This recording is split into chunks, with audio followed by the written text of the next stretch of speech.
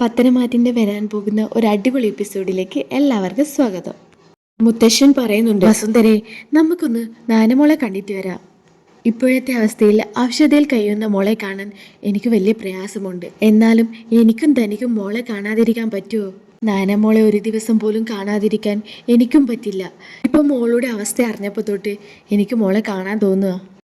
എന്നാൽ താൻ പാടോ? ഇതും പറഞ്ഞുകൊണ്ട് മുത്തശ്ശനും മുത്തശ്ശിയും താഴോട്ട് ഇറങ്ങുന്നുണ്ട്. അപ്പോൾ ജലജിയും ജാനകിയൊക്കെ അവിടെ ഇരിക്കുന്നുണ്ട് കേട്ടോ. അപ്പോൾ മുത്തശ്ശനെയും മുത്തശ്ശിയും കണ്ടപ്പോൾ തന്നെ ജാനകി ചോദിക്കുന്നുണ്ട്, അല്ല അച്ഛനിത് എങ്ങോട്ടാ? ദേവ്യാനിയെ വാർഡിലേക്ക് മാറ്റിയതാണല്ലോ, ഒന്ന് പോയി കാണാമെന്ന് തോന്നി. അപ്പോൾ ജലജ പറയുന്നുണ്ട്, അച്ഛാ ഹോസ്പിറ്റലിലേക്കാണെങ്കിൽ ഞാനും കൂടി വന്നോട്ടെ. അപ്പോൾ മുത്തശ്ശൻ പറയുന്നുണ്ട്, അല്ല നീയല്ലേ 2 ദിവസം മുന്നേ പോയി കണ്ടത്? അപ്പോൾ മുത്തശ്ശി പറയുന്നുണ്ട്, നീ ഞങ്ങളുടെ കൂടെ വരണ്ട. എന്തിനാ ദേവയാനിയുടെ രക്തം തിളപ്പിക്കാനോ? വയ്യാതിരിക്കുന്ന ഏട്ടതയോട് ഞാൻ അങ്ങനെയൊക്കെ പറയോ അമ്മേ? അച്ഛാ ഞാൻ അങ്ങനെയൊന്നും സംസാരിക്കില്ല അച്ഛാ, ഞാനും വരുന്നു. ജലജെ, ഇവിടെ ഇഷ്ടം പോലെ വണ്ടിയുണ്ടല്ലോ, നിനക്ക് ഏത് സമയം വേണമെങ്കിലും ഹോസ്പിറ്റലിലേക്ക് പോവാം. ഞങ്ങൾക്കാണെങ്കിൽ ദേവയാനിയെ കണ്ടാൽ മാത്രം പോരാ, വേറെ ഒരാളെയും കൂടി കാണാനുണ്ട്. അതൊക്കെ കഴിഞ്ഞിട്ട് ഞാനും വസുന്ധരയും വരൂ. ഓ, എന്നാ പിന്നെ ആ കാര്യം അങ്ങ് പറഞ്ഞാൽ പോരായിരുന്നു അച്ഛാ.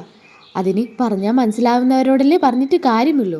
അല്ല അച്ഛനും അമ്മയും ആ നായനെ കാണാൻ പോകുന്നതല്ലല്ലോ. അപ്പോൾ മുത്തശ്ശി പറയുന്നുണ്ട്, ജലജെ നീ ഒന്നും മിണ്ടാതിരിക്കെ. ഇതും പറഞ്ഞുകൊണ്ട് മുത്തശ്ശനും മുത്തശ്ശിയും അനന്തപുരിയിൽ നിന്ന് ഇറങ്ങുന്നുണ്ട്. ജലജെ, അച്ഛൻ്റെ അമ്മേൻ്റെയും സംസാരത്തിൽ എന്തോ ഒരു പന്തികേട് തോന്നുന്നില്ലേ? അതേ ജാനകി, അതുകൊണ്ട് തന്നെയാണ് ഞാനും കൂടെ വരട്ടെ എന്ന് ചോദിച്ചത്. ഇത്രയും ദിവസം ഏട്ടത്തി ഹോസ്പിറ്റലിൽ ഉണ്ടായിട്ടും ഏട്ടത്തി കാണണമെന്ന് അവർക്ക് തോന്നിയില്ല. പിന്നെന്താ ഇപ്പം കാണണമെന്ന് തോന്നാൻ കാരണം? നീ പറഞ്ഞത് ശരിയാ ജലജെ, ആ സംശയം തന്നെ എനിക്കും തോന്നിയത്. മിക്കവാറും ആ നായനെ കാണാൻ തന്നെയായിരിക്കും. അവളെ കാണായിട്ട് അച്ഛനും അമ്മക്ക് ഉറക്കം കിട്ടുന്നില്ല. അതെ ജലജെ, എനിക്കും അങ്ങനെയാ തോന്നുന്നത്. നായനെ കാണാൻ തന്നെയായിരിക്കും പോയത്. ഇനി പറഞ്ഞിട്ടൊന്നും കാര്യമില്ല, കിച്ചണിൽ ഒരുപാട് പണിയുണ്ട്. ജലജെ വന്നെന്നെ സഹായിച്ചേ. അയ്യോ ജാനകി, എനിക്കിന്ന് നല്ല നടുവേദന, എന്നെ കൊണ്ട് പണിയെടുക്കാൻ പറ്റുമെന്ന് തോന്നുന്നില്ല. അങ്ങനെയാണോ? എന്നാ പിന്നെ ഇവിടെ എല്ലാവരും പട്ടിണി അടക്കേണ്ടി വരും. അതും പറഞ്ഞ് ജാനകി ദേഷ്യപ്പെട്ടുകൊണ്ട് പോവാണ് കേട്ടോ. അപ്പം തന്നെ ജാനകിയുടെ പുറകെ തന്നെ ജലജ പോകുന്നുണ്ട് കേട്ടോ അടുക്കളയിലേക്ക്. അടുത്തതായി കാണിക്കുന്നത് കാറിലിരിക്കുന്ന മുത്തശ്ശനെയും മുത്തശ്ശിയാണ്. അപ്പോൾ വഴി മാറിയതുപോലെ മുത്തശ്ശന് തോന്നി. അപ്പം മുത്തശ്ശൻ ഡ്രൈവറോട് ചോദിക്കുന്നുണ്ട്, അല്ല നായനമ്മളുടെ വീട്ടിലേക്ക് പോകുന്ന വഴി ഇതല്ലല്ലോ? അപ്പോൾ ഡ്രൈവർ പറയുന്നുണ്ട്, സാർ എനിക്ക് ആദർശ് സാറ് പറഞ്ഞു തന്ന വഴി ഇതാണ്. ഇപ്പോൾ പുതിയ വീട്ടിലേക്ക് താമസം മാറിയെന്നാ പറഞ്ഞത്. ആ വസുന്ധരെ, അത് ഞാൻ പറയാൻ മറന്നു. ഇന്നലെ ജയന എന്നോട് സൂചിപ്പിച്ചിരുന്നു അവര് പുതിയ വീട്ടിലേക്ക് താമസം മാറ്റിയത്. ഇത് കേട്ട ഉടൻ തന്നെ വസുന്ധര പറയുന്നുണ്ട്, അതേതായാലും നന്നായി. സൗകര്യങ്ങൾ ഒരുപാടുള്ള വീടാണോ? വസുന്ധരെ, അവരൊരിക്കലും സൗകര്യങ്ങളൊന്നും ആഗ്രഹിക്കില്ല എന്ന് നിനക്കറിയാലോ. എന്നാലും അവർക്ക് ഒതുങ്ങിയ ഒരു വീടാണ് എടുത്തു കൊടുത്തത് എന്നാണ് ജയൻ പറഞ്ഞത്. ഇത് പറഞ്ഞു കഴിയുമ്പോഴത്തേക്കും ആ വീട്ടിലേക്കാണ് കേട്ടോ വണ്ടി കയറ്റുന്നത്. ആ വസുന്ധരെ, ഇതാണ് കേട്ടോ വീട്, വാ നമുക്ക് ഇറങ്ങാം. അപ്പം തന്നെ ഗോവിന്ദനായിരിക്കും വാതിൽ തുറക്കുന്നത്. മുത്തശ്ശനും മുത്തശ്ശിയും കണ്ടപ്പോൾ തന്നെ ഗോവിന്ദൻ ആകെ ഒന്ന് ഞെട്ടുന്നുണ്ട്. അല്ല ആദർശിൻ്റെ മുത്തശ്ശനും മുത്തശ്ശിയല്ലേ? അയ്യോ, അവർക്ക് കാര്യങ്ങളൊന്നും അറിയില്ലല്ലോ. ഇനിയിപ്പോൾ നാനമോളെ തിരക്കിയാൽ ഞാൻ എന്താ പറയാ? ഇതും പറഞ്ഞ് ഗോവിന്ദൻ പുറത്തോട്ട് ഇറങ്ങുന്നുണ്ട് കേട്ടോ. ഗോവിന്ദനെ കണ്ടുടൻ തന്നെ മുത്തശ്ശൻ ചോദിക്കുന്നുണ്ട്, എന്താ ഗോവിന്ദ, മുഖത്തൊരു സന്തോഷമില്ലല്ലോ, ഞങ്ങൾ വന്നത് ഇഷ്ടപ്പെട്ടില്ലേ? അപ്പോൾ ഗോവിന്ദൻ പറയുന്നുണ്ട്, അയ്യോ സാറേ അങ്ങനെയൊന്നും പറയാതെ. അപ്പം മുത്തശ്ശൻ പറയുന്നുണ്ട്, എന്തിനാ ഇങ്ങനെ ഇടയ്ക്കിടയ്ക്ക് സാറേന്ന് വിളിക്കുന്നത്? ഗോവിന്ദൻ ഇപ്പം നമ്മുടെ ബന്ധുവാ. എനിക്ക് ജയനും അജയനും എങ്ങനെയാ അതുപോലെ ഇപ്പൊ ഗോവിന്ദൻ. ഞങ്ങളൊരു മകനെ പോലെയാ ഗോവിന്ദനെയും കാണുന്നത്. അതുകൊണ്ട് ഗോവിന്ദന് ഞങ്ങളെ അച്ഛനും അമ്മയായി കണ്ടൂടെ? അയ്യോ, അതൊക്കെ അങ്ങനെ തന്നെയാ. എന്തായാലും ഈ സാറേ എന്നുള്ള വിളി ഗോവിന്ദനെ ഒഴിവാക്കണം. ആ നായനമോൾ എവിടെ? നായനമോളെ കണ്ടിട്ട് കുറേ ദിവസമായല്ലോ. അതേസമയം ഇത് കേട്ടുകൊണ്ട് അങ്ങോട്ടേക്ക് കനക വരുന്നുണ്ട് കേട്ടോ. കനകയെ കണ്ട ഉടൻ തന്നെ മുത്തശ്ശി പറയുന്നുണ്ട്, ആ കനകയെ. അപ്പോൾ കനക, ഇതാരൊക്കെയാ?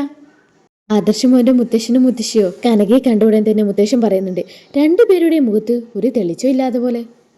ഇത് കേട്ട ഉടൻ തന്നെ കനകയും ഗോവിന്ദനും താഴോട്ട് നോക്കി വിഷമിച്ച് നിൽക്കുകയാണ് കേട്ടോ. വിഷമിക്കേണ്ട, ഞാനും വസുന്ധരയും ഒടുവിലെല്ലാം അറിഞ്ഞിട്ട് തന്നെയാ ഇങ്ങോട്ടേക്ക് വന്നത്. നാനമോൾ എവിടെ? നാനമോളെ കാണാനാ ഞങ്ങൾ വന്നത്. അപ്പോൾ കനക കരഞ്ഞുകൊണ്ട് പറയാം, സാറേ മോളകത്തുണ്ട്. അതിനെന്തിനാ കരയുന്നു കനകെ? ശരിക്കും പറഞ്ഞാൽ മോളൊരു പുണ്യപ്രവൃത്തിയല്ലേ ചെയ്തത്, അതിനെന്തിനാ സങ്കടപ്പെടുന്നേ? ഇതും പറഞ്ഞുകൊണ്ട് മുത്തശ്ശനും മുത്തശ്ശിയും നാനമോളെ കാണാൻ മുറിയിലോട്ട് കടക്കുകയാണ്. നാനയാണെങ്കിൽ നല്ല ഉറക്കത്തിലാണ്.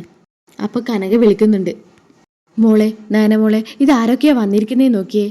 അപ്പം മുത്തശ്ശി പറയുന്നുണ്ട്, കനകി മോൾ ഉറക്കത്തിലാണെങ്കിൽ വിളിക്കണ്ട, ഞങ്ങളൊന്ന് കാണാൻ വന്നതാ. ഈ സമയത്ത് മുത്തശ്ശിൻ്റെയും മുത്തശ്ശിയുടെ ശബ്ദം കേട്ടപ്പോൾ തന്നെ നാന കണ്ണു തുറക്കുന്നുണ്ട് മെല്ലെ. അപ്പോൾ ഗോവിന്ദൻ പറയുന്നുണ്ട്, മോളെ നാന മോളെ ഇതാരാ വന്നേ നോക്ക്. ഇത് കേട്ട ഉടൻ തന്നെ മുത്തശ്ശൻ പറയുന്നുണ്ട്, വേണ്ട ഗോവിന്ദ വിളിക്കണ്ട, റെസ്റ്റ് എടുത്തോട്ടെ. അപ്പോഴാണ് നാന പതുക്കെ വിളിക്കുന്നത്, മുത്തശ്ശ. മുത്തശ്ശനും മുത്തശ്ശിയും എങ്ങനെ ഇങ്ങോട്ട് വന്നത്? ആരാ ഇതൊക്കെ പറഞ്ഞത്?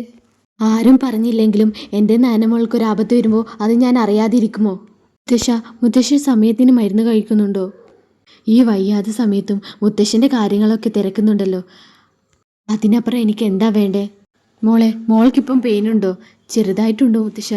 മോളുടെ സംസാരമൊക്കെ കണ്ടിട്ട് മുത്തശ്ശി പറയുന്നുണ്ട്, ദേ മോൾക്ക് നല്ല അവശതയുണ്ട്. ഈ സമയത്ത് തന്നെ മുത്തശ്ശൻ പറയുന്നുണ്ട്, മോൾക്ക് എന്തെങ്കിലും അസ്വസ്ഥതയുണ്ട് അപ്പം തന്നെ പറയണം, നമുക്ക് അപ്പം തന്നെ ഹോസ്പിറ്റലിൽ പോവാം. എന്നാ ഞങ്ങൾ ഇറങ്ങുക മോളെ, പോകുന്ന വഴിക്ക് ദേവ്യാനയെ കൂടി കാണണം. ഇതും പറഞ്ഞുകൊണ്ട് മുത്തശ്ശനും മുത്തശ്ശിയും അവിടെ നിന്ന് ഇറങ്ങുകയാണ്. ഇനി പത്തരമാറ്റിൽ വരാൻ പോകുന്ന അടിപൊളി എപ്പിസോഡുകൾക്കായി ഈ ചാനൽ ഒന്ന് സബ്സ്ക്രൈബ് ചെയ്യുക.